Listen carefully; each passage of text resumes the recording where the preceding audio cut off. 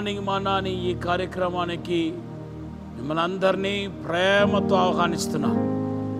దేవుడు మిమ్మల్ని అందరినీ ఆశీర్వదించి తన కృప చేత నింపాలని చెప్పి ఆశపడుతున్నాను. మీ జీవితంలో ఏదైనా అవకతవకలుంటే, మీ జీవితంలో అలజడులుంటే కొద్ది దినాల్లోనే దేవుడు తొలగించబోతున్నాడు. ఈ ప్రవచన వాక్కును మీరు చేపట్టాలని ప్రభు నామం చేత మిమ్మల్ని ప్రతిమాలుకుంటున్నాను. దేవుని సన్నిధిలో ఎదగండి. ఈరోజు దేవుడు మనకిచ్చిన వాగ్దానం కీర్తన 32:8. దేవుని బిడ్డలారా, యెహోషువ గ్రంథం 2వ అధ్యాయంలో ఆవిడ పాపాత్మురాలే కానీ దేవుని యొక్క ప్రణాళికకు, తప్పించే ప్రణాళికకు లోబడింది. యెరికో పట్టణంలో ఇశ్రాయేలు ప్రవేశించినప్పుడు వాళ్ళని ప్రవేశించకుండా అడ్డుకోవాలని చెప్పి ఆ యెరికో ప్రజలు ప్లాన్ చేశారు.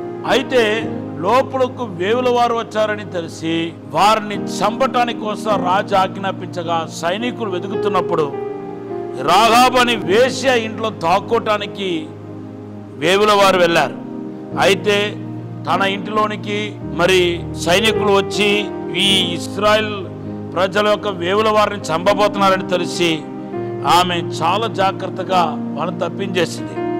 ఇప్పుడు ఆమె చేసిన ఈ ఉపకారానికి మరి జాషువా తన కృతజ్ఞత తెలియపరచాలనుకున్నాడు. అమ్మ, రేపు మేము వచ్చి మీ పట్టణాన్ని పతనం చేయబోతున్నాం, ఇక్కడ ఉన్న ఇళ్ళని కూల్చబోతున్నాం, మీ ఇల్లు మాత్రము నశించిపోకుండా ఉండటానికి, కూల్చపడకుండటానికి నీ ఇంటి యొక్క కిటికీలో ఎర్రపోగును కట్టమని చెప్పటం యెహోషువ గ్రంథం 2:17లో మనం చూస్తున్నాం. అలాగే ఆమె ఇల్లు మాత్రమే భద్రపరచబడింది. చుట్టూ ఉన్న ఆ పట్టణంలో ఉన్న ఇరుగు పొరుగు వారి ఇల్లంతా కూల్చబడినట్టుగా మన పరిశుద్ధ గ్రంథంలో చూస్తున్నాం. దేవుని బిడ్డలారా, యేసుక్రీస్తు రక్తం ఒక ఐడెంటిటీని మనకి ఇస్తున్నాయి.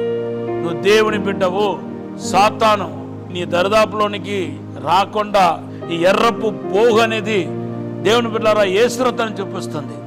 ఈ యేసు రక్తం నీకు ఒక గుర్తింపుని ఇస్తున్నాయి. నువ్వు దేవుని బిడ్డవు, నీకు విరోధంగా రొమ్ముపడిన ఏ ఆయుధం వర్తలేదు అన్నట్టుగా ఈ రక్తం మనల్ని కాపాడుతుంది. తర్వాత నిర్గమకాండ 12వ అధ్యాయానికి వస్తే అక్కడ 430 సంవత్సరాలు ఐగుప్తులో బానిసలుగా ఉన్న ఇశ్రాయేల్ ప్రజలు ఎప్పుడు విడిపించబడ్డారంటే గొర్రెపిల్ల యేసు రక్తానికి గుర్తుగా ఉన్న గొర్రెపిల్ల రక్తము చిందించబడుతున్నప్పుడు. ఈరోజు కూడా మీ యొక్క గొర్రెపిల్ల రక్తం, యేసుక్రీస్తు రక్తం మీకు సంపూర్ణమైన విముక్తిని కలుగచేయబోతున్నాయి. మీకు విడుదలను, ఆశీర్వాదాన్ని, అద్భుతాన్ని మీకు సమకూర్చబడబోతుంది. ఈరోజు మీరు యేసు రక్తం యొద్దకు రావాలి, గొర్రెపిల్ల రక్తం యొద్దకు రావాలి. యేసు రక్తం ద్వారానే మీ సమస్యల నుండి, పోరాటం నుండి, శోధన నుండి మీకు విడుదల కలగబోతున్నాయి. హెబ్రీ పత్రికలో మనము ప్రోక్షణ రక్తం యొద్దకు తీసుకొని రాబడ్డామని స్పష్టంగా రాయబడి ఉంది. హల్లెలూయా, దేవునికి మహిమ గాక. హెబ్రీ పత్రిక 12వ అధ్యాయం 23-24లో రాయబడి ఉంది. కనుక నిబంధన రక్తం మీకు ఒక గుర్తింపునిస్తున్నాయి. ఈ రక్తం, గుర్తింపు కలిగిన ఈ రక్తం ఎవరు జీవితంలో అయితే కనపడుతుందో వాళ్ళ జీవితంలోనికి సాతాను రాడు, శోధన రాదు, కీడు రాదు, ప్రమాదం జరగదు. కనుక యేసు రక్తాన్ని ఆశ్రయించండి. యేసు రక్తం ఎప్పుడు ఆత్మీయ ఆశీర్వాదంతో పాటు భూ సంబంధమైన ఆశీర్వాదాన్ని కూడా తీసుకొస్తాయి. రుచి ఏంటంటే నిర్గమకాండ 12వ అధ్యాయంలో ఇశ్రాయేల్ ప్రజలు ఐగుప్తు నుండి గొర్రెపిల్ల రక్తం చిందించిన తర్వాత బయటకు వచ్చినప్పుడు ఉట్టి చేతులతో రాలేదు.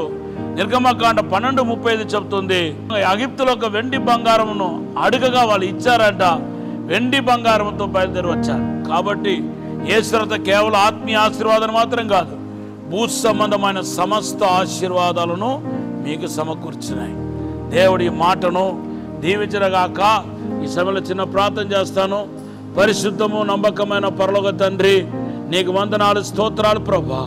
యేసుక్రీస్తు రక్తాన్ని నాయన తండ్రి మేము ఆశ్రయించడానికి సాయం చేయమని అడుగుతున్నాం తండ్రి. యేసు రక్తంని ఉచ్చరించడానికి ప్రేరేపణ దయచేయండి ప్రభా. 24 గంటలు ప్రభువా అతని ఒక రోజంతా యేసు రక్తాన్ని పలికే వారిని ఇప్పుడే ఆశీర్వదించండి ప్రభువా. మీరే తాక్కుమని యేసు నామములో అడిగి వేడుకుంటున్నాము తండ్రి. ఆమేన్, ఆమేన్. Have a blessed day. దేవుడు మిమ్మల్ని ఆశీర్వదించును గాక. God bless you.